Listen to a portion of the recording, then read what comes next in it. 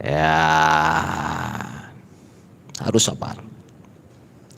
Seorang Yahudi Badui datang kepada Rasulullah. Rasulullah Muhammad, ya, penahai,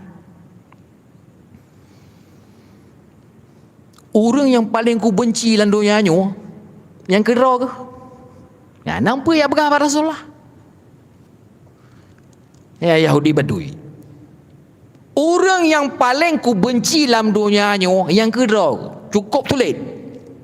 Dakwah ke Nabi, dakwah ke Rasul. Ya. Fatabassama Rasulullah, maka tersenyumlah Rasulullah.